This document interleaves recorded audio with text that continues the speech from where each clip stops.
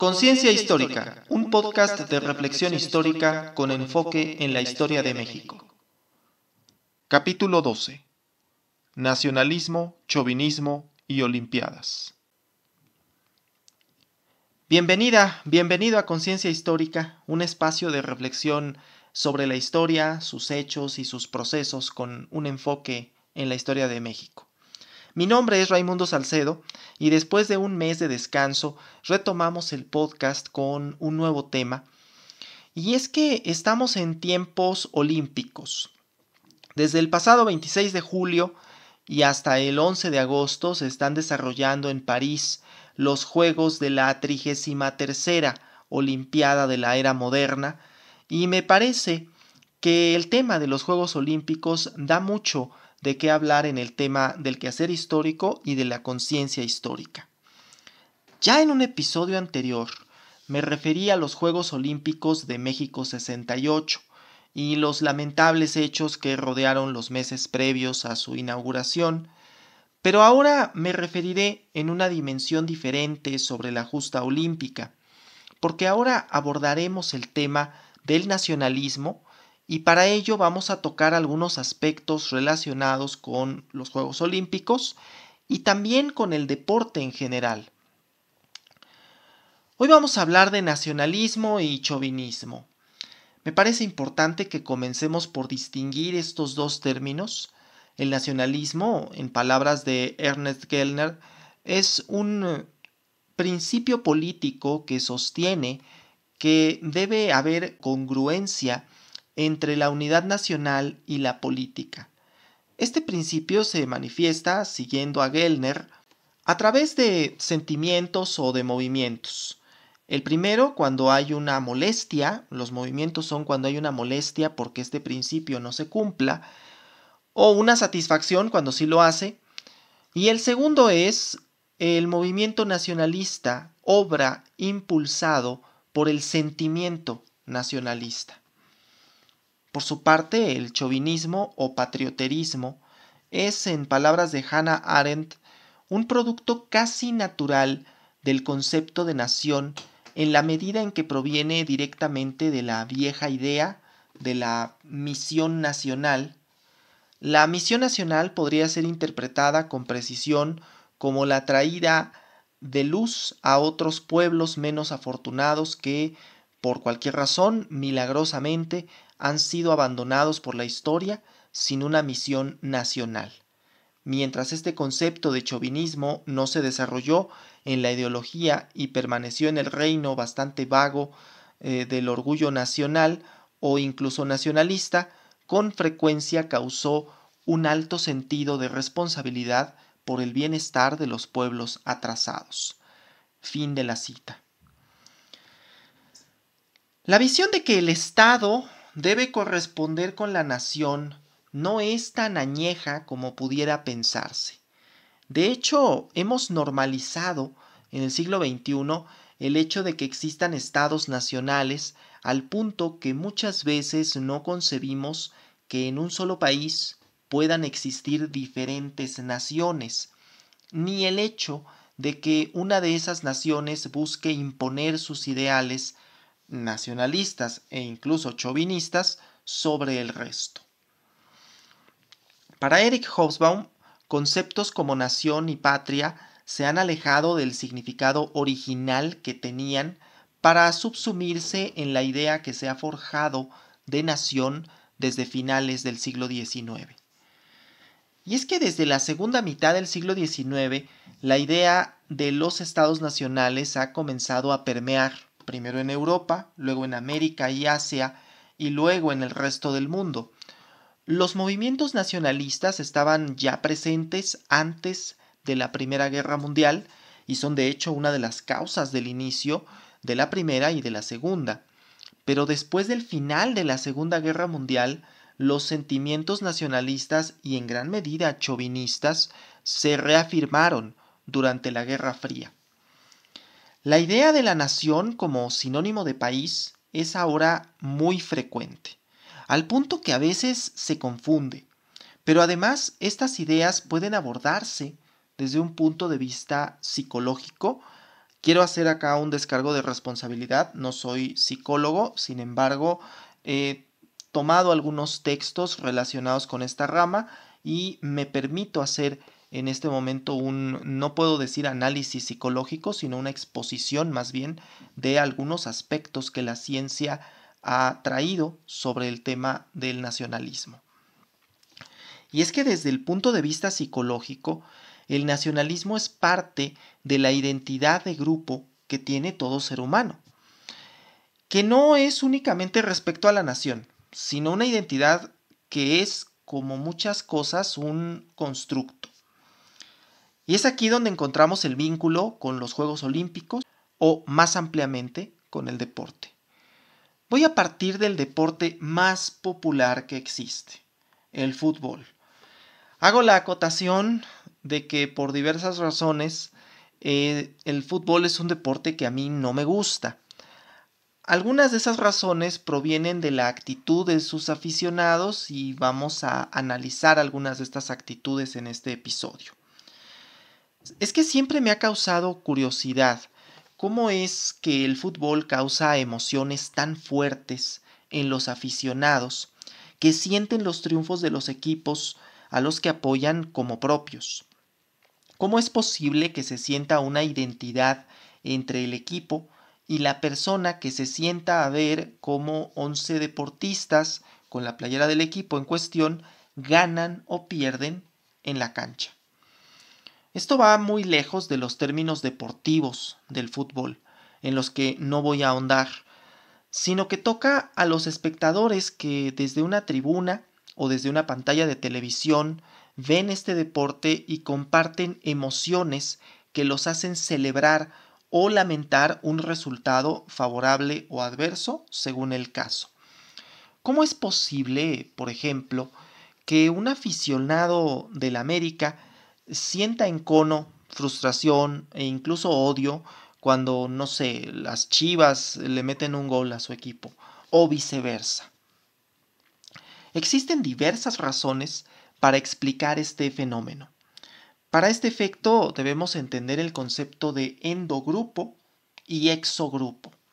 El endogrupo es el grupo social con el que una persona se identifica, en tanto que el exogrupo es un grupo social con el que la persona no se identifica, uno que está fuera. Por eso es endo y exogrupo.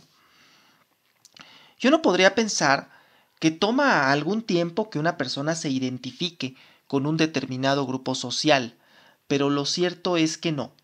De hecho, un experimento llevado a cabo por Henry Tagfel en la década de 1970 demostró que a las personas les toma a veces solo unos minutos identificarse con un grupo y que no es necesario que siquiera se conozcan para lograr identificarse.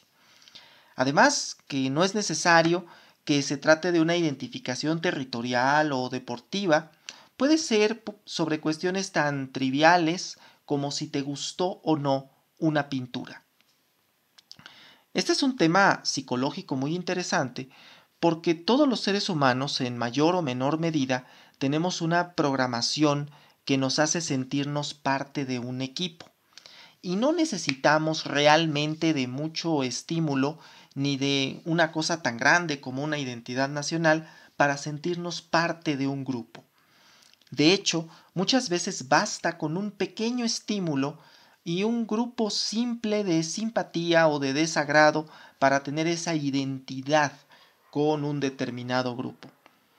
Volviendo un poco al tema del fútbol, otra cosa que siempre me ha causado conflicto es cómo las personas llegan a irle a un equipo. Es decir, cómo es que desde niños existe una especie de aleccionamiento sobre a qué equipo irle.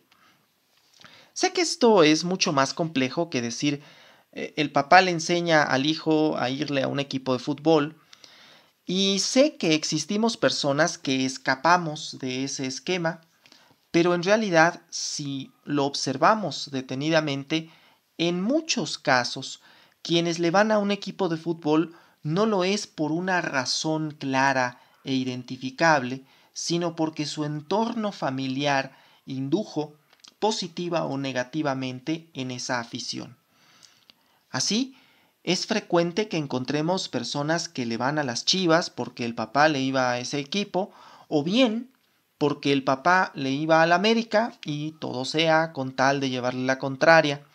Y aquí es donde entran algunos de los llamados sesgos cognitivos, como el de confirmación, por ejemplo, en donde las personas tienden a buscar y validar información que confirme sus ideas antes de confrontarlas y asumir una postura crítica al respecto. Porque solemos entrar en una caja de resonancia en la que al formar parte de los aficionados de un determinado equipo, terminamos por convencernos de que ese equipo es el mejor y que la nuestra fue la mejor elección posible en una multitud de equipos. O bien que comenzamos a racionalizar el por qué le vamos a un equipo y busquemos razones que lo justifiquen sin considerar aquellas que lo descalifiquen. Otro fenómeno que me llama poderosamente la atención es que cada vez que juega la selección nacional, no solo los medios de comunicación, sino muchas personas de la sociedad utilizan el nombre del país como sinónimo de la selección.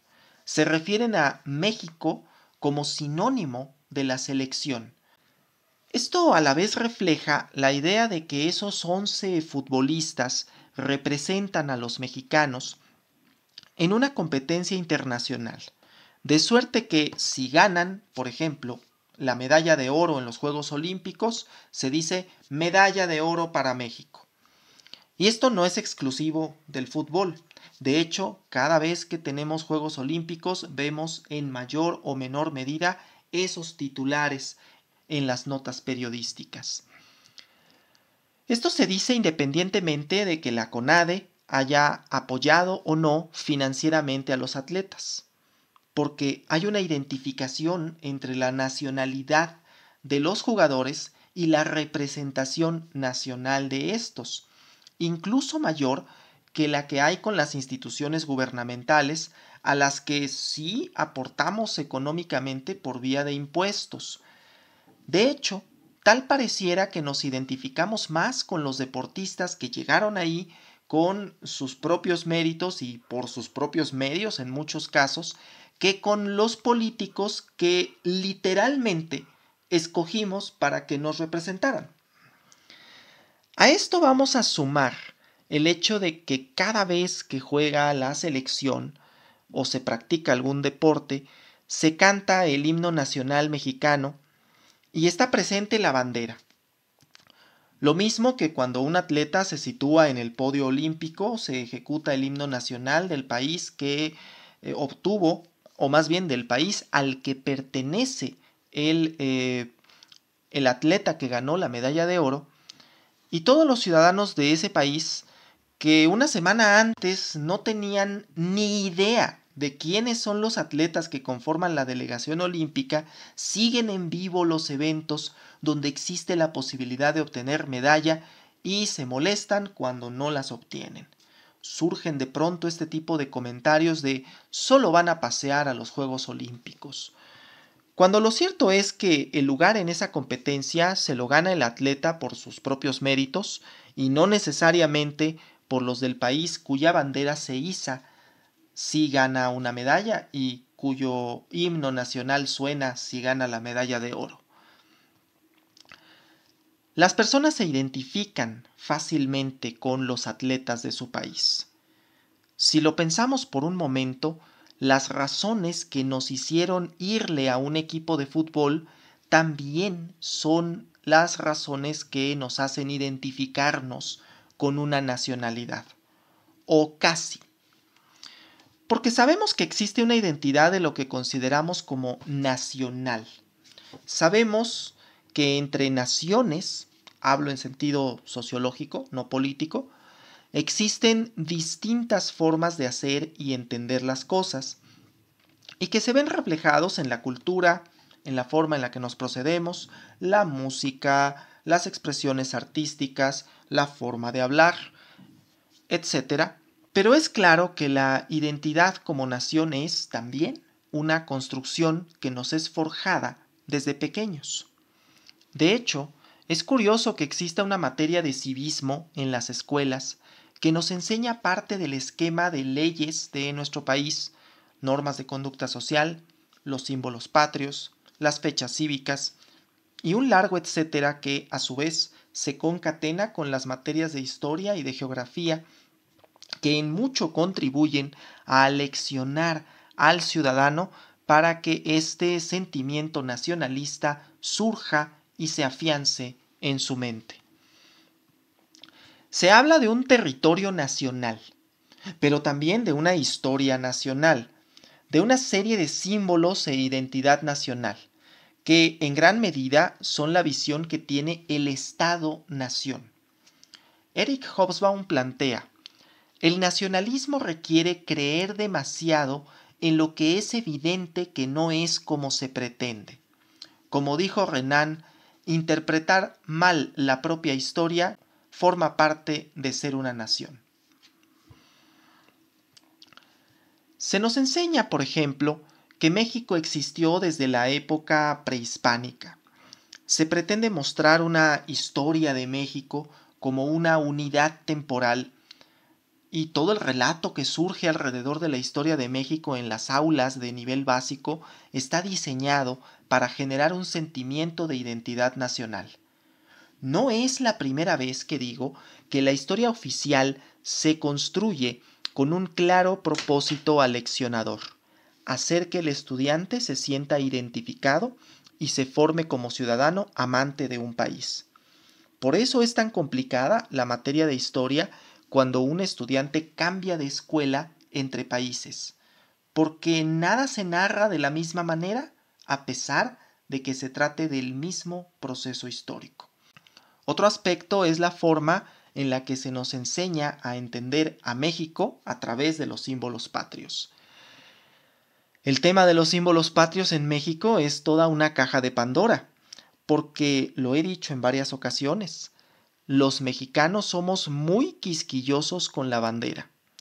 No es exclusivo de nosotros, pero sí se presenta a niveles muy elevados respecto a lo que sucede en otras latitudes. Justo ahora, con Juegos Olímpicos, recuerdo que en los Juegos de Londres 2012 hubo una serie de representaciones con el logo de aquella ocasión, representando la bandera de cada uno de los países que enviaron delegación, pero, por algún motivo, la bandera mexicana no figuraba con esas modificaciones, sino que aparecía completa. Sí, una distorsión a la bandera puede ser considerada una ofensa para muchos mexicanos. Así se trate de una distorsión para efectos artísticos de una justa deportiva amistosa. Algo similar ocurre cuando a alguien se le olvida en público el himno nacional.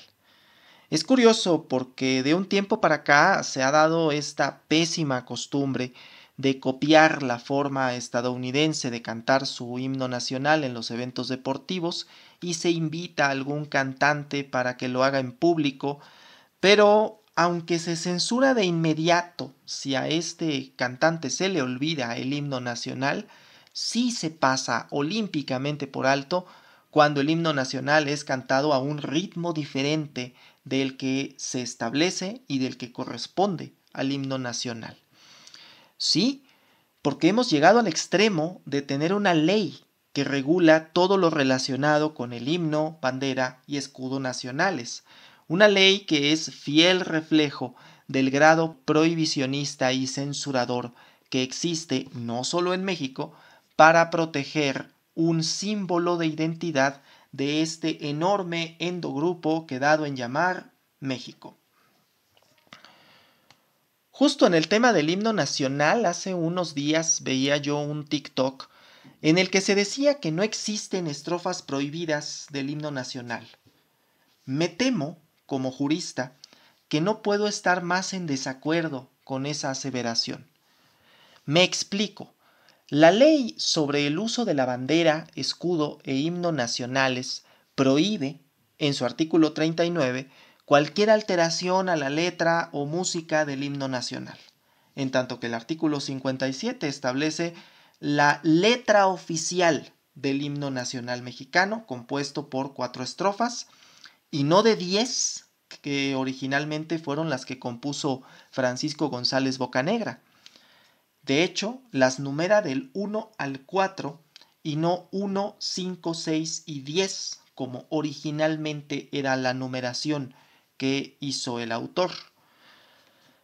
Y si a todo esto se agrega que el artículo 56 en su fracción octava prevé como infracción alterar la letra o la música del himno nacional, y esta letra está inserta textualmente en la ley, pues si la ley establece cuál es la letra del himno y prohíbe su alteración, es claro que cualquier estrofa que no forme parte del texto legal está literalmente prohibida por la ley, así sea de las que compuso Francisco González Bocanegra en 1854, pues se puede considerar como una alteración al texto que establece la ley como oficial, como letra oficial del himno nacional. Pero, ¿por qué existe este régimen tan restrictivo respecto a los símbolos patrios? Se dice que la ley es la representación de los ideales de una sociedad. No estoy muy de acuerdo con esa aseveración, pero algo hay de cierto, que cuando una ley existe y cuenta con el respaldo popular es porque la población, o al menos un amplio sector de ésta, la considera justa. Y en el caso de la ley de los símbolos patrios, no es difícil encontrar en varios sectores de la sociedad e incluso en la comentocracia la idea de que los símbolos patrios deben ser protegidos con ese fervor y con sanciones tan duras, y esto es parte del ideal de que al mancillar la bandera, escudo o himno, se está mancillando al país y por ende al grupo social. De ahí que, si volvemos a este paralelismo con el fútbol, vemos que hay muchas apuestas entre aficionados que incluyen entre sus resultados, por ejemplo, usar la playera del equipo contrario o usar la del equipo propio para lavar coches o para trapear o quemar una bandera del equipo perdedor. O muchas otras formas bastante originales, por cierto, de mancillar los colores del equipo perdedor.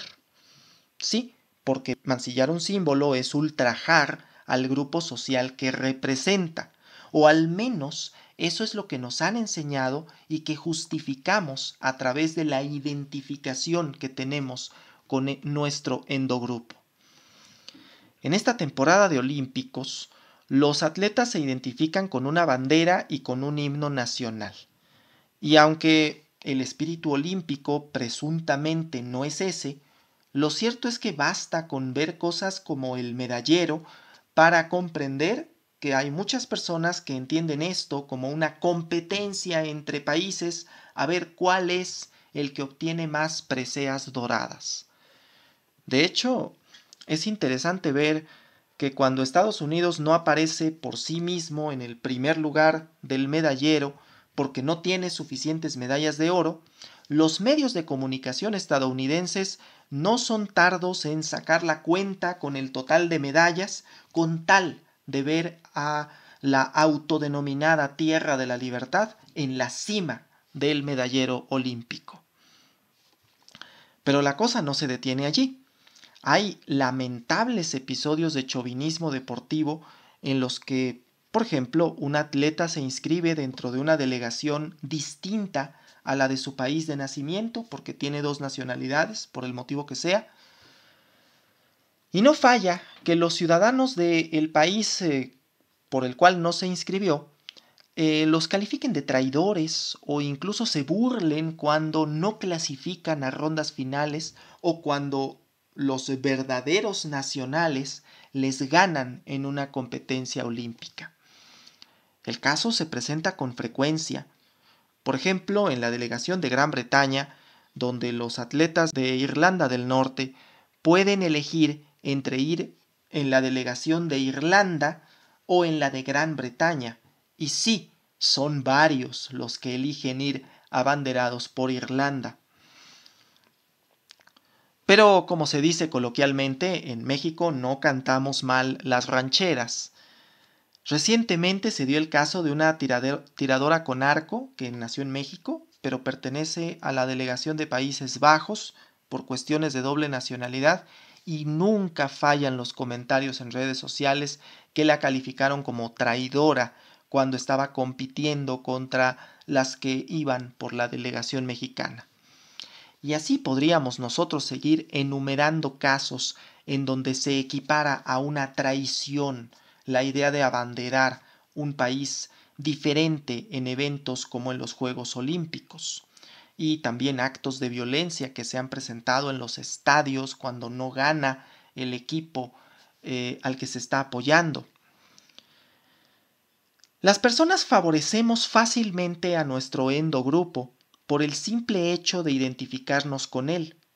Y esto nos lleva a la creación de los teams. Se ha popularizado, por ejemplo, el team frío, el team calor, y así los grupos a los que nos vamos afiliando a lo largo de nuestras vidas, los cuales defenderemos con cierto fervor según el caso, y a veces parece extraño cómo las personas no están dispuestas a cambiar de equipo fácilmente, tal como no cambiaríamos de nacionalidad fácilmente, o incluso llegamos a ofendernos cuando alguien habla de la posibilidad de dejar una nacionalidad con la que no se siente identificado. Y es que, desde el punto de vista neurológico, las personas tienden a favorecer a sus endogrupos y a sentir todo lo que les afecte como propio, y no como ajeno, lo que explica, por ejemplo, cómo es que las personas tienen sentimientos tan fuertes cuando su equipo gana o pierde. Al afectar un símbolo de un grupo con el que nos sentimos identificados, sentimos el agravio hacia nuestra persona y no solo hacia el grupo.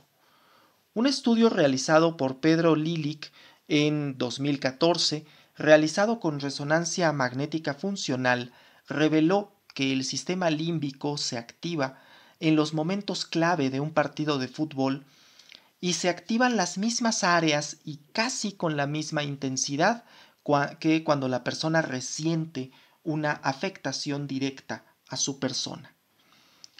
¿Hasta qué punto esta identificación con el endogrupo nos lleva al chauvinismo? Me resulta interesante tratar de responder esta pregunta, y podemos observar que, por ejemplo, en toda Latinoamérica se ha difundido el mismo mito de que el himno nacional de cada país es el segundo más hermoso después de la Marsellesa. Lo cierto es que no existe un concurso de himnos nacionales, y cuando hubo uno relacionado con las banderas, recuerdo perfectamente que los medios de comunicación en México instaban a las personas a hacerse varias cuentas de correo electrónico y a votar virtualmente para inflar las cifras de la bandera mexicana. Lo mismo ocurrió con la votación para elegir a las nuevas 7 maravillas del mundo. La gran pregunta que surge es: ¿quién no tendría un sesgo por su propia bandera o símbolos nacionales si, como hemos visto, las afectaciones y beneficios para esos símbolos suelen sentirse como propios? Y en su caso, ¿quién no tendría sesgo por sus connacionales como deportistas? Esto explica por qué, por ejemplo, en las competencias que se califican con jueces se pongan varios de distintas nacionalidades, porque si a un juez de México va a calificar a los mexicanos que compiten en clavados, probablemente tenga algún sesgo a su favor. Porque el nacionalismo redunda en el deporte y viceversa, y puede convertirse fácilmente en chauvinismo. Al margen del juego geopolítico que existe detrás y en el que no voy a ahondar, es cierto que, por ejemplo, la exclusión de Rusia en los Juegos Olímpicos ha atendido a escándalos de dopaje que se han dado en aquel país, que, de ser ciertos, implicarían que el Estado ruso está dispuesto a drogar a sus atletas con tal de ganar medallas. Ojo, con todo esto no quiero decir que el deporte sea la única fuente de nacionalismo, sino que es una expresión más de este fenómeno, pero al tiempo no podemos negar sus implicaciones que trascienden a lo estrictamente deportivo. El caso más que sonado de Diego Armando Maradona en el Mundial de México 86. Unos años antes, en 1982, Argentina había sostenido una guerra contra Inglaterra por la soberanía de las Islas Malvinas y había perdido esa guerra.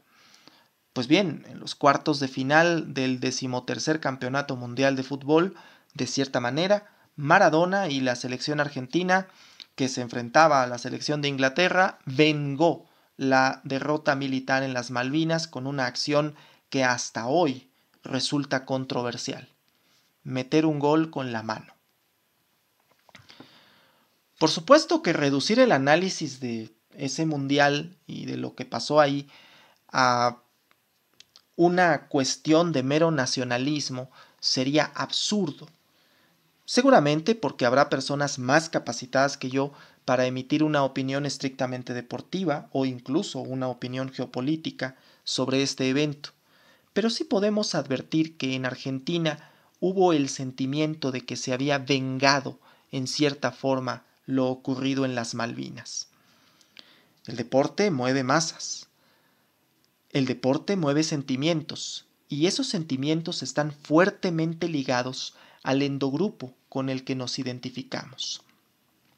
Escapando del ámbito futbolístico, tenemos otro ejemplo, y es que cómo olvidar la manifestación de poder negro de Tommie Smith y John Carlos en los Juegos Olímpicos de México 68, quienes levantaron el puño mientras portaban un guante negro en el momento en que sonaba el himno nacional de los Estados Unidos, en clara alusión a la lucha por los derechos civiles que se libraba en aquel país. Allí no estamos ante un acto nacionalista como lo solemos entender, pero si comprendemos que los afroamericanos tienen una cultura distintiva, incluso un acento específico en algunas regiones de la Unión Americana, costumbres propias, sí podemos estimar la existencia de una nación afroamericana y que dos de sus integrantes, medallistas olímpicos de oro y bronce, se manifestaron en el acto de la entrega de medallas y apelaron a ese sentimiento de endogrupo.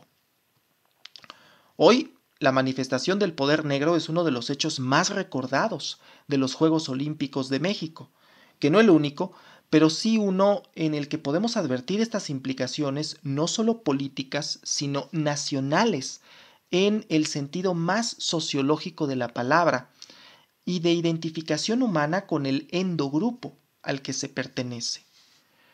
Y ojo, no estoy diciendo que el sentimiento nacional o la identificación con un grupo o equipo sea algo malo per se o que deba censurarse. Me limito a explicarlo y advertir sus implicaciones que tiene para la conciencia histórica. Lo censurable es el chauvinismo, la exaltación nacional en detrimento de lo que no lo es, la intención deliberada de mostrar superioridad con propósitos nacionales. Porque si reconocemos el nacionalismo y el sesgo que tenemos por pertenecer a un endogrupo, es más fácil evitar que esos sesgos nos dominen, lo que puede evitar los lamentables casos de violencia en los estadios ante un resultado deportivo desfavorable, e incluso esto podría evitar muchos conflictos diplomáticos y hasta bélicos. No está por demás decir que el nacionalismo exacerbado es una de las causas subyacentes del estallido de las dos guerras mundiales y es una característica fundamental del periodo de la Guerra Fría, procesos históricos que marcaron el siglo XX. Y ahora te toca a ti. Cuéntame, ¿consideras que el deporte tiene que ver con el nacionalismo?